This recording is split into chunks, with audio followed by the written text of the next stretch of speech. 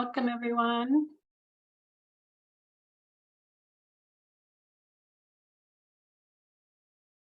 Are you there, James? I am. Okay, great. Can you hear me okay? Now I can, yes. I switched over to my work laptop and it hasn't had its coffee yet today. So I had to get the agenda. Welcome, everyone. Happy Friday.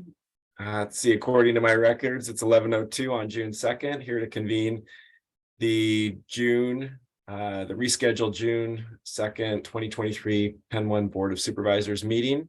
This meeting is being video recorded, and I'll go ahead and start with the roll call. Claudio Campuzano, I believe, is absent today. PJ Christopher. Present. Thank you, PJ. Annalisa Kohler. Present. Thank you, Annalisa. Jeff Noodleman. Present. Thank you, Jeff. This is James Allison. I'm present, and so we have a quorum. Got 4 of 5, and I think we're going to jump right into item B on our agenda, the vegetation management contract with Amber. Thanks, James. Hi, Penn 1 board. Amber Ayers here. I'm a project manager and planner with the districts. I believe I've met most of you, and if not, hello. Today I am bringing with you towards a on-call contract that we are renewing. These are for natural resources and environmental services that we need for the districts. We have had in the past 2 contracts with 2 firms, and we just they had got pushed out to their max expiration dates, and we needed to put out a formal RFP. We went through that process. We did evaluations, and we found 2 firms to come on board for a 5-year contract to do services ranging from restoration, terrestrial vegetation, aquatic vegetation, thinking about mitigation possible down the road with the PMLS. And so this is a high contract amount. It is higher than the past, but I do want to note that every year the Penn 1 board will be approving an annual budget. So this is our mechanism to have resources quickly available to staff and to the district.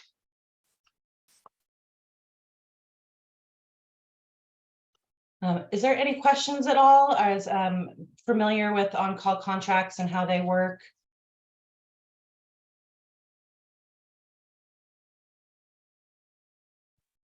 Yeah, I've got a question. So and I apologize if this was laid out in greater detail. So the term of the agreement, 5 years? It is. But we have to approve how much we're paying every year?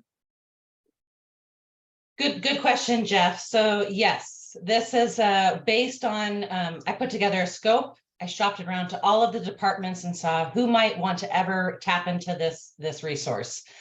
Based on that, we had our not to exceed limit.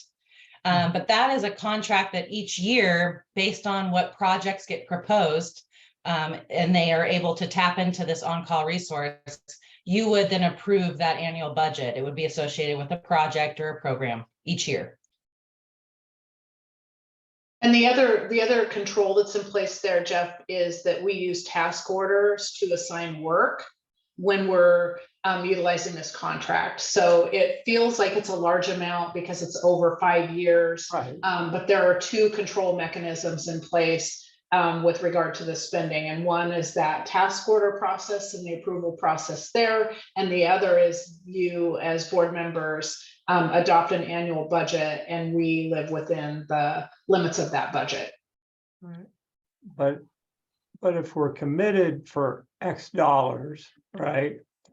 And if for some reason we don't approve the budget, doesn't that put us at risk of being?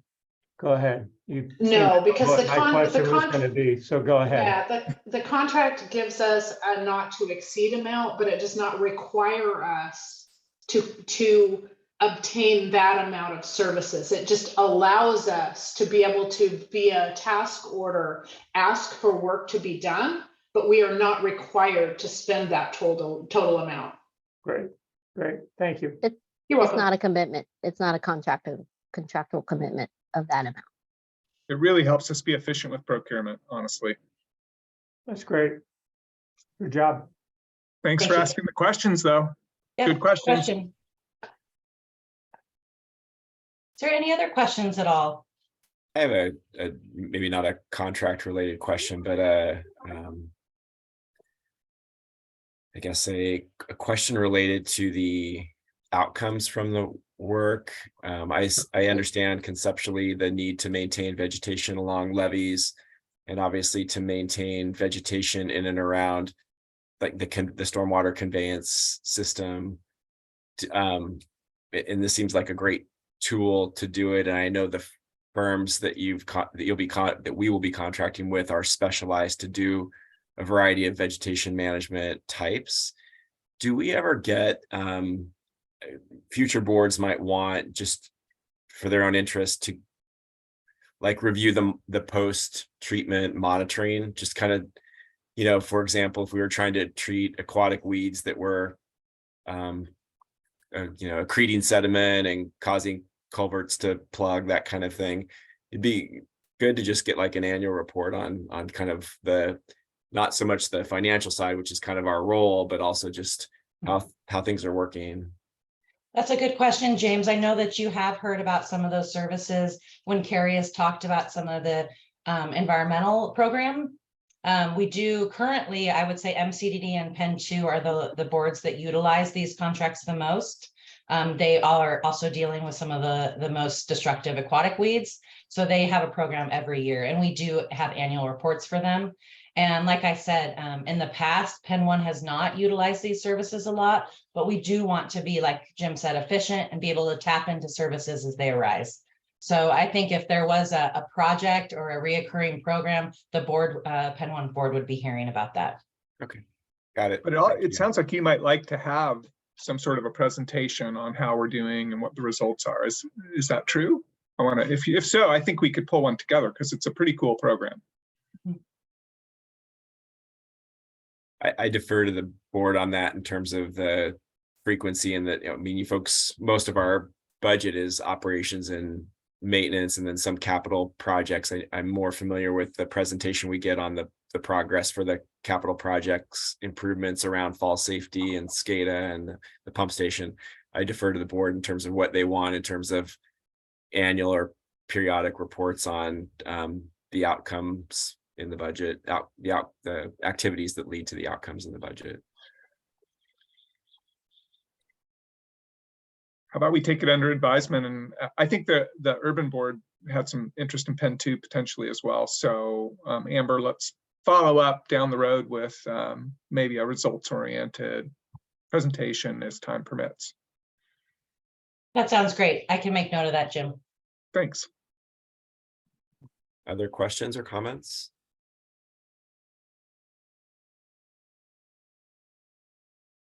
Great. Well, thank you, Amber. Was there more? I believe in the board one pager, there is the board action and the motion.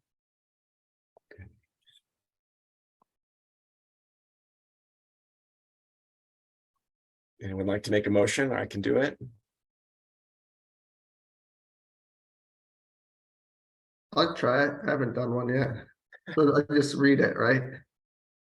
Okay, so I move to approve and authorize the executive director or their designee to negotiate and sign a contract for the on-call natural resources and vegetation management services with a maximum contract value of $550,000 over the course of 5 years.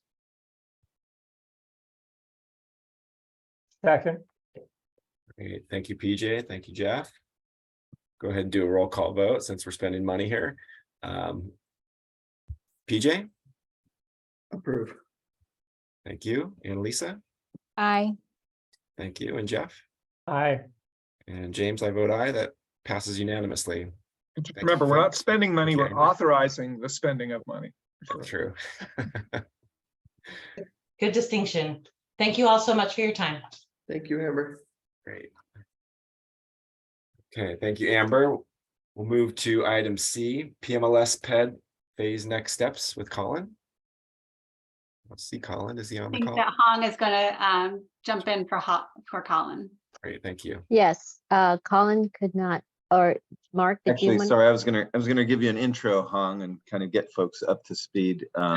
Just so you on guys know, how- Colin's in Salem trying to get money from the state, so that's Right. why he's not here. You stole my thunder, Jim.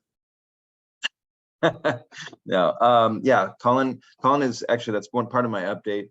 Colin is actually at Business Oregon doing a brief with the Business Oregon board, and at that point we should be getting authorization for some of the levee for grants for the some of the levee certification projects that are not included in the PMLS. So they are not, those projects are not in Pen 1, but they do affect our collaborative ability to recertify the entire system. So that's great news. So you're stuck with me. Just a few quick updates on the PMLS before Hong goes through the contract resolution. So again, after receiving authorization for the project in December 2022, money has made its way to the Portland District for design. And the Corps has begun assembling their technical team for the PED phase. So I've been pretty excited to start to see some progress. They're not fully stood up yet because they don't have the full PED funding, but they have a little bit of seed money, and we're starting to get some answers on questions that we have about what the design phase will look like. In the fall, we'll have a charrette, which will hopefully include some of our partners. And we've been reaching out to certain entities to get their feedback, and we'll be doing more of that as we approach PED so that we can scope the design phase as needed for accomplishing the various needs and and making sure we incorporate local concerns. So we will prospectively, we'll be talking about signing the design agreement that will occur roughly July with everyone's permission. And then there will be the money exchange, the transfer of some of the Business Oregon grant funds and the local cost shares. And that will take up probably about 30 to 60 days. And so that will have us rolling up our sleeves and starting design in earnest in September. So we appreciate, we've seen some good partnership and cooperation with the Corps as we've started to begin this process. And so we're looking forward to beginning it in earnest. We think it's going to be a genuine collaborative effort. So that is about all I have to preamble with, and I'll turn it over, unless there are any questions. I'll turn it over to Hong to. Mark, guide do you want us. to introduce Kendra? Oh, thank you. Thanks for the reminder. Yes, this person here well, in my boxes, it's to the right center. Kendra Winston. I want to welcome her warmly. She has attended several other board meetings to just find out how we tick and make herself available and put a face to a name. And so we've been working with Kendra. Kendra's took over from Laura, who some of you may have, I think she came and spoke to the boards on several occasions throughout the feasibility process. And Kendra is the project manager for the PMLS for the design phase on at this point. So I want to welcome Kendra. I don't know if Kendra, if you have anything you would like to say or just introduce yourself. Yeah, thank you, Mark. I have no comments to add. I think Mark summarized our current status and upcoming plans pretty well. I'm happy to take questions if there are any. But like you said, I just would like to introduce myself, say hello, and again, echo Mark's excitement and getting to start into this design phase. All right. Thanks, Kendra. Just a hearty thank you to you and your team, Kendra, for helping us improve the safety of our community. We really appreciate your help. Yeah, of course. Okay. Baton is passed. Well, thank you for having me today.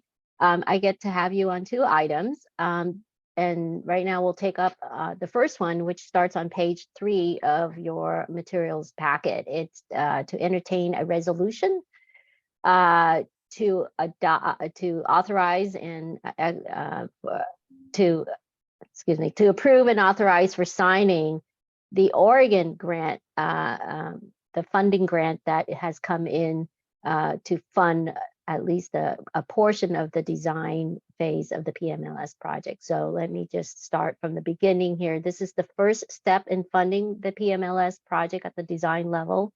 As you may recall, back in February 2022, you agreed, you passed a resolution to agree to contribute as each individual district, legacy district, to the local sponsor share of the PMLS cost, provided that you receive money from the state.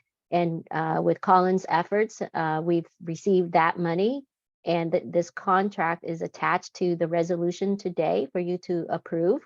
The contract is executed at the individual district level, as in every district has its own contract with the state of Oregon.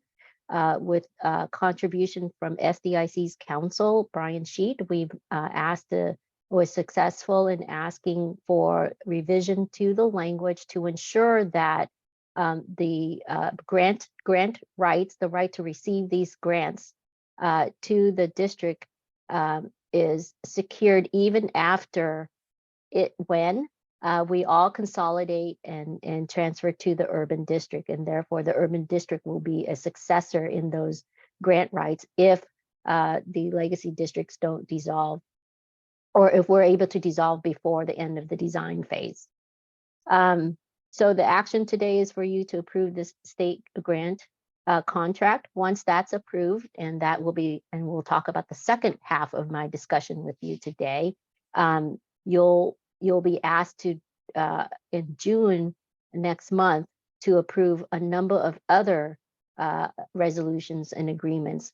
One is for you to assign your your local sponsorship over to the JCA to act on your behalf with respect to the design agreement with the Corps. The other is to enter into a cost sharing among the legacy districts to ensure that there's commitment in writing to provide for your local share of the design phase cost. So there's the state grant money that is contributing a portion of that share, and then there's going to be the district level share. And then the other component we'll ask you to we'll discuss with you is also the actual assignment to the JCA to execute the design agreement with the Corps, where the JCA is acting on your behalf as a contracting authority. But before I get to those other items, before you, again, on page 3 of your packet is a memo that lays out what you need to know about the OBDD state grant.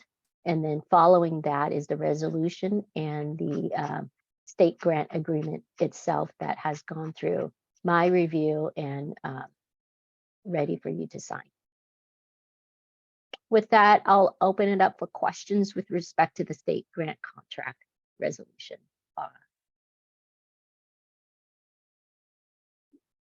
Nope. Ready to receive money? Yeah, okay. Hong, you might share the outcome from the other district conversations as well. Oh, yeah, at least with respect to this particular state grant, they all have approved this resolution to date. And then Hong, as a reminder, that was about $1 million, $4 million total, $1 million per district. Is that about right? Yes, yes. That's correct. I think it's 1.16, if I'm not mistaken. Well, before we before I ask for a resolution, I just want to acknowledge the staff once again. I think months ago when we found out about this opportunity for the state to provide a big a large contribution to PED, certainly for all the districts, but also Penn 1, it just put us in a much better position.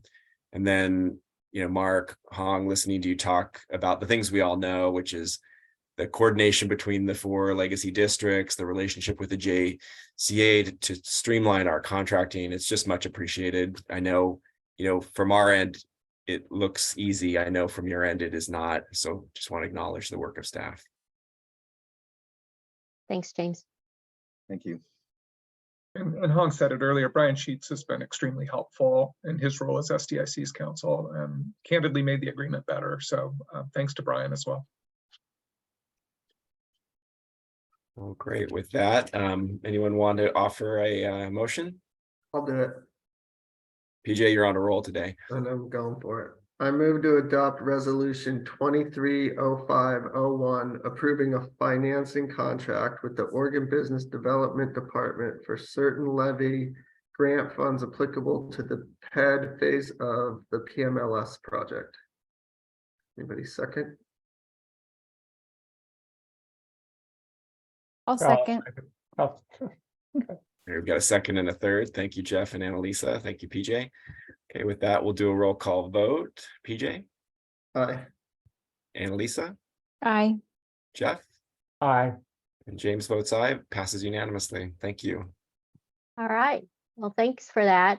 And I appreciate your acknowledgement of the intricacy of all these resolutions and delegations we're having here, James, in part because the design agreement does have a certification that I have to sign that that there's legal authorities for us to enter into this agreement with the Corps, and Kendra is here, and I can assure her that all of these steps are necessary to support that, given the fascinating and interesting relationship that the interdistricts have among each other. So with that, I'll direct your attention to page 20 of your packet, where there's a memo from me. Actually, it was authored by Armand or the associates, that lays out the next few steps of securing, moving forward with the PED phase of this part.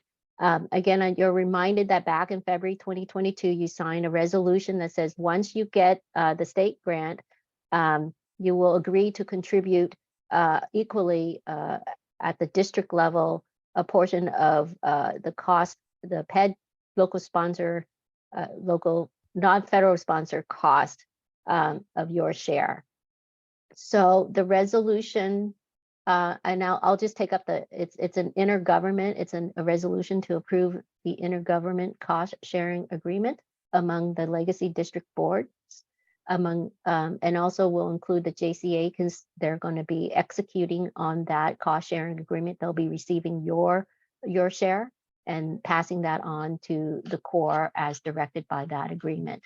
The district Penn 1's individual district contribution is on, let me make sure that I get it right this time. Exhibit A, page 34. Is that right there? And I believe it's about how much is it? Lori, how much is the district contribution? It's one. Oh, $101,000. Thank you. So so Penn 1, Penn 2, MCDD, SDAC will each individually contribute $101,000 this fiscal year of 2022-2023. The next fiscal year, each will be expected to contribute up to $80,700, and then the following year is $40,000. With that, with the supplementing the continuation of the Oregon Business Grant contribution to national share. The cost sharing IGA was provided to you as a draft. It was drafted by my department. There are generally, we presented it to all of the other districts. They're generally on board. SDIC did have a comment and we'll be addressing that comment. I'm expecting revisions from SDIC back in the next week or so. It shouldn't be too significant, but it just went to the terms 3B and 3.4 concerning the tone of the commitment we're making with the Corps, that SDIC wanted additional clarification that we are committed to making this happen. So I think that's a good thing. So we'll be expecting that language back, and we'll send it to the board in advance of your our request for your approval of this IGA in June, late June. So that is the IGA approval. Yes, Jeff. Thank you. You made a reference to page 34, that exhibit. Was that an error or? Because The that number, exhibit, that number's a heck of a lot higher. I agree. That was my question too. yeah, so I'll direct your attention to the bottom of that exhibit, the sources of each district share. So the top is the total projected cost. The middle box, allocation of the local match, is the representative local match. And then the source for that local match is the bottom layer. And you can see that the, like, for example, for the first fiscal year, 2022, 2023, the local match is 508,000. If you go down to the last two set of lines, you could see that it's broken down to $406,000 of it comes from the business grant, and 101 comes from each individual district. So each district pays 101,000 and we're one of, okay. Yes, yes. And I'll just interject that in the case of Penn 1, due to our funding constraints, the city of Portland Okay. and Metro and the port have contributed to make to provide funding for that 101,000 for the first 2 years. So Port and Metro both contributed $50K, and the city of Portland contributed a more considerable amount, which will be metered out over the next year. Thank you for that, Mark. To 170K. You're welcome. Thank you.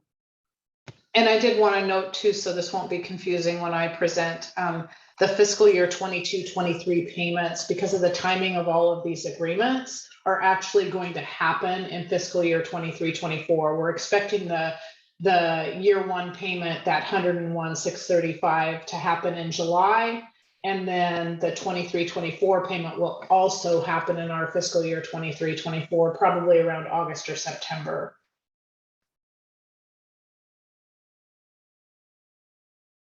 So thanks again for, I think all of you represent those entities that provided the contributions.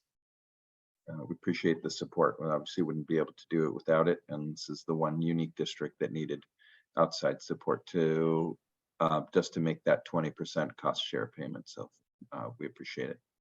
Which I may add is addressed in other sets of IGAs. So to receive that money and confirm the commitment from those parties, contributors. Thank you. Any other questions on the cost sharing IGA? No, okay. I will just note that there's one more change, very minor, which is to replace Nancy Hendrickson's name with Tanny Stafferson as the chair of the JCA. So that's the one other minor edit that you will see coming your way. But certainly I will advise you of the changes from SDIC's council as soon as I get them, and make sure that you are well apprised of what you'll be asked to sign in June with respect to this cost sharing IGA.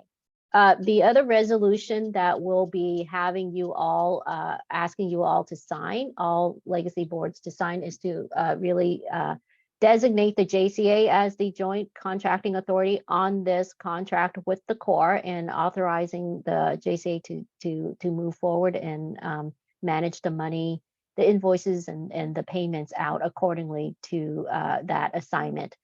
And that is really more just for me, so I can sleep at night, that I know that you all have given the JCA authority to act as one entity vis-a-vis the Corps on this project. The last step, which isn't so much of the legacy district, but it goes to what Mark is talking about, the signing authority, is for the JCA to accept the assignments and to then execute and sign that design agreement.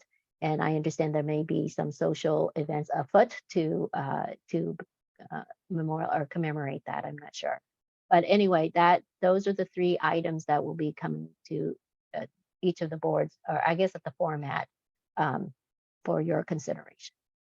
So, any other questions for me on this? Nope. All right. Just one last acknowledgement that I forgot about it, but it's always a good reminder, I think, in terms of where we're at where the four districts are at in terms of collaboration. I thought it was quite strategic on the part of staff, A, to secure this grant, and then B, to offer to the districts, each district paying an equal share and not trying to apportion based on many different factors. I think that speaks to the ability of the staff to negotiate, and that the trust that's been built up between the districts over the last couple of years as we hopefully move toward consolidation. So thank you. Nothing like $5 million from the state to create trust. Yeah. Yeah. Okay, well, thank you, Hong. Thank you, Mark. Thank you, You're Kendra, welcome. for being part of our Hollywood Squares. Are we ready to move on to item D, the budget discussion with Lori? All right, All let me right, share take it my away. Thank screen. you. Thank you. So in your packet today, let me make sure that I can see everybody. Hold on. All right. In your packet today, you have an updated proposed budget, and we will review those updates today, mainly related to some changes in numbers for projects, including the timing of that PMLS local match that I mentioned just about a minute ago. So let me hop right in here. So this slide summarizes the changes that are being implemented in the proposed budget.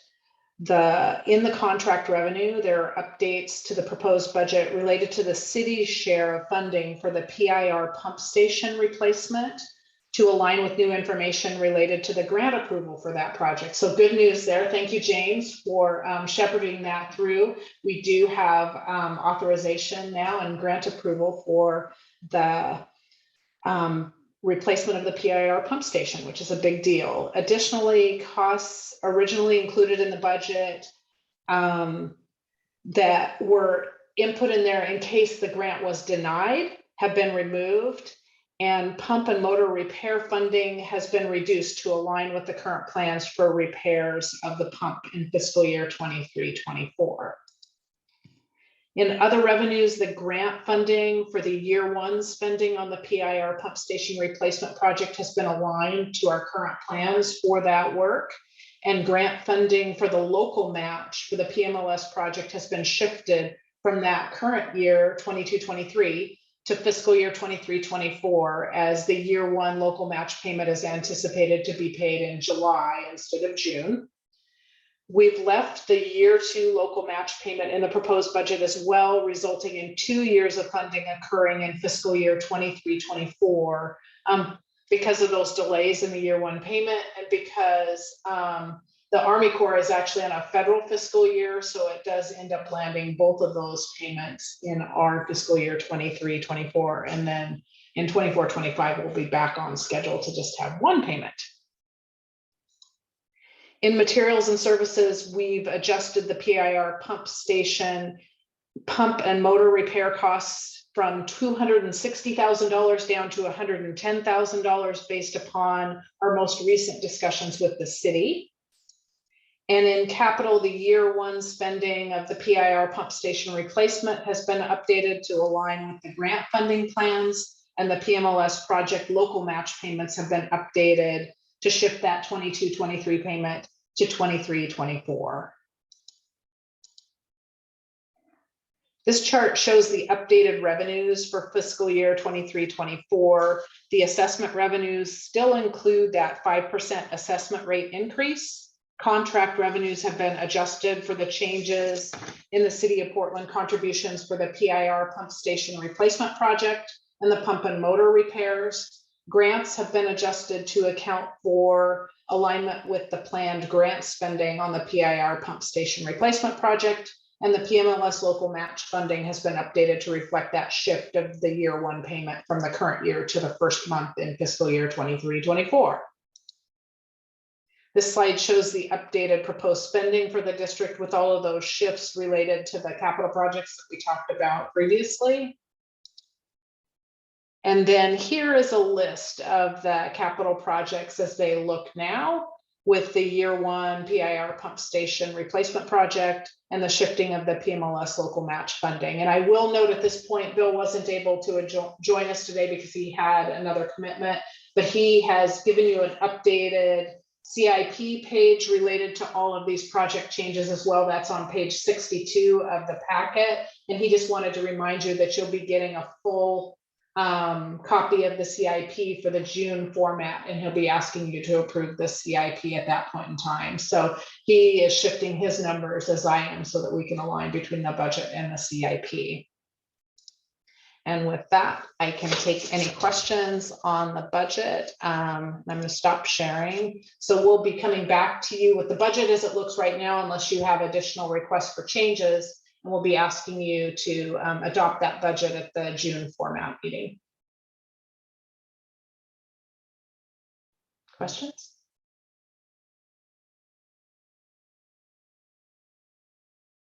And Jeff, I think that if I recall, we may not have been able to touch base, but I included some information in past presentations on what the impact of that 5% increase in assessments was going to have on some particular properties that you were interested in. So if you have further questions about that or just want to walk through that, please feel free to reach out and we can walk through that information as well. I want to make sure that you're getting what you need there. Thank you. I appreciate that. Yeah, I did get that. Thanks. You're welcome. Looks like no questions. Thank you, Lori. I will say that this process seems to get easier every year compared to where we were a few years ago. So that's, knock on wood, that's good news. Well, thanks to the city of Portland. I mean, what the board doesn't see is there's a lot of regular meetings that we have with the team at the city to make sure that we're aligning everything and getting everything in the right place. So we really appreciate that collaboration. It certainly makes our lives a lot easier. Yeah, and just to single out James for all, I mean, you've really helped us run all of that integration and coordination across the bureaus and so on. So thank you very much. Takes a village. Okay, well, thank you, Lori. It looks like we're at item E, which is membership discussion. I think most of you realize that I'll be stepping down from the board in July. Just very quickly, the reasons are very straightforward. Starting pretty much yesterday, I'm being assigned a project out at our treatment plant. It's going to be, our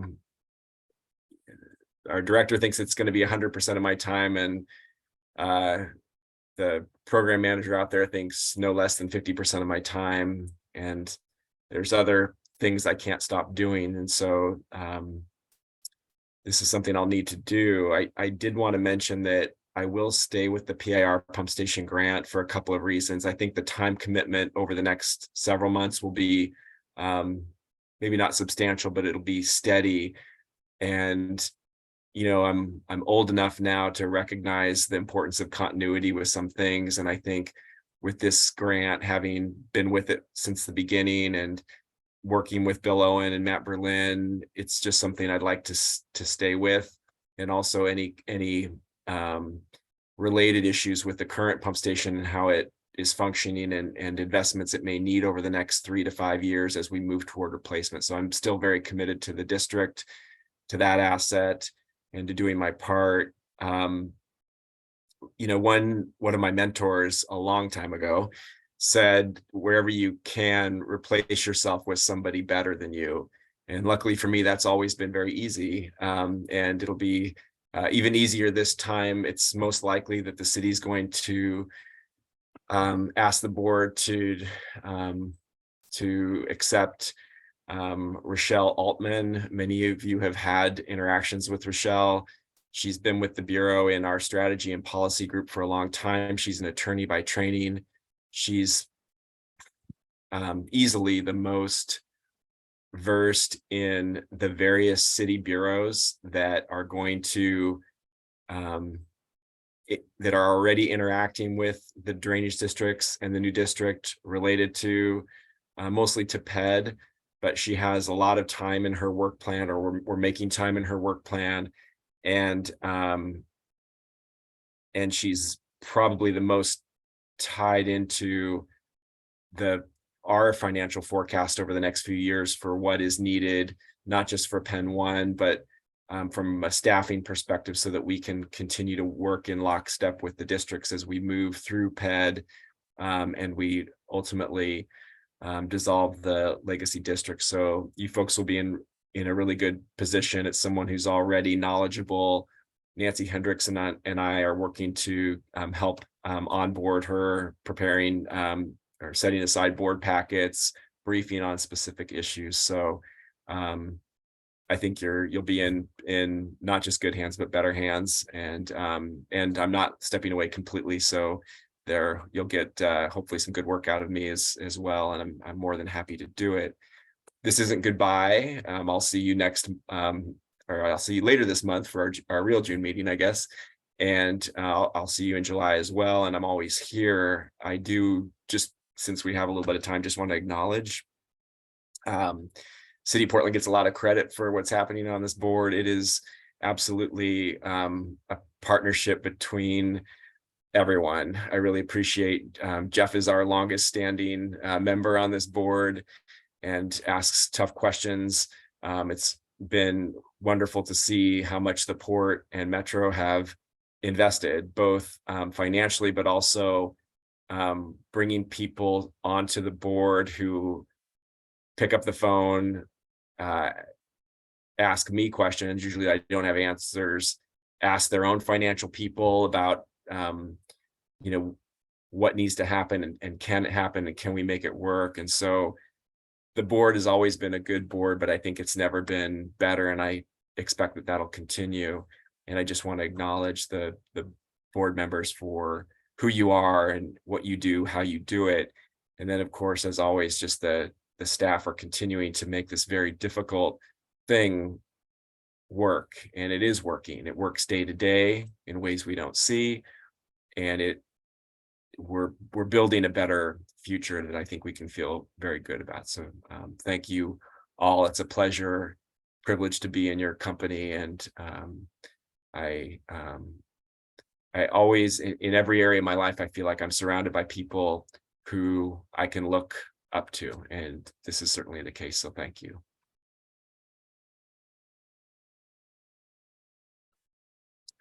And it's not goodbye.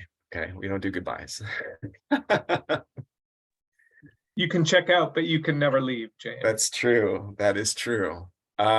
We are ahead of schedule. I've probably said too much, which is a fault of mine. Anything else we need to cover today before maybe we get out for a nice walk at lunchtime? I just want to remind the board that you'll also need to think through your representative on the Urban Flood Safety and Water Quality District and select from among you who you would like to serve in that position. So be thinking about that. And we need help there too from you guys. Jeff, you get a second chance. Keep bugging me, so, yeah. Well, and Wendy? if you don't know, Rachel also is leading this MOU group with all the bureaus and the districts and has just been terrific at keeping us all together. So thank you for helping Rachel see how wonderful it's going to be to take over this, presuming this board approved her service. Wendy? That's the piece that doesn't need to happen. So the city can just administratively designate Rachel. But we have our annual landowner meeting coming up June 21st. I want to make sure that's on everyone's radar. If you're not going to be able to attend, please take a minute to fill out the proxy form online. I think if the city shows up, we will have a quorum and we'll be able to also vote on Rachel's appointment there, and then it'll be very official for 3 more years. So yeah, just reach out to me if you have any questions or need any support around the landowner meeting. Hopefully an invitation made it your way. You know, My regrets in advance. I'll be out of the country on that day, but we'll make sure the staff is prepared to cover any parts that I was going to do. My regrets for interrupting you, Jeff. And if you have relations with landowners, other landowners in the city, they're very few and far between. I think we did a mailing to 16 or 17 owners. And please encourage them to attend. We'll have staff available to provide updates on Flood Safe Columbia River, as well as other flood safety preparations. And PMLS as well. I was just gonna say, thanks, Jim. I was just gonna say, as the most senior member, I think of anybody, staff included on this call. Yeah, Jim, or James has just been incredible to work, and I know it's not goodbye. Yeah, I feel like the kid who asked the teacher a question right before recess, so sorry. But yeah, and he just stated it so well. I mean, we've had a lot of board members and a lot of presidents, myself included, but it was just with his leadership and our current board, it's just all, and I will say finally come together, I think, with his stewardship, because while folks are rightfully so taking a victory lap because of where we're heading and where we've come, part of me says it's about damn time, because of what's been going on for all these years. But I personally just want to thank James for his leadership, his friendship, and we'll just keep going forward. Thanks for everything. I don't know whether the Penn One board knows that one of your landowners, Diversified Marine, has appointed their CFO to the urban board, and the urban board has adopted them as a duly appointed member. So there is a Penn One landowner who actually builds stuff now on the urban board, and we're excited about that.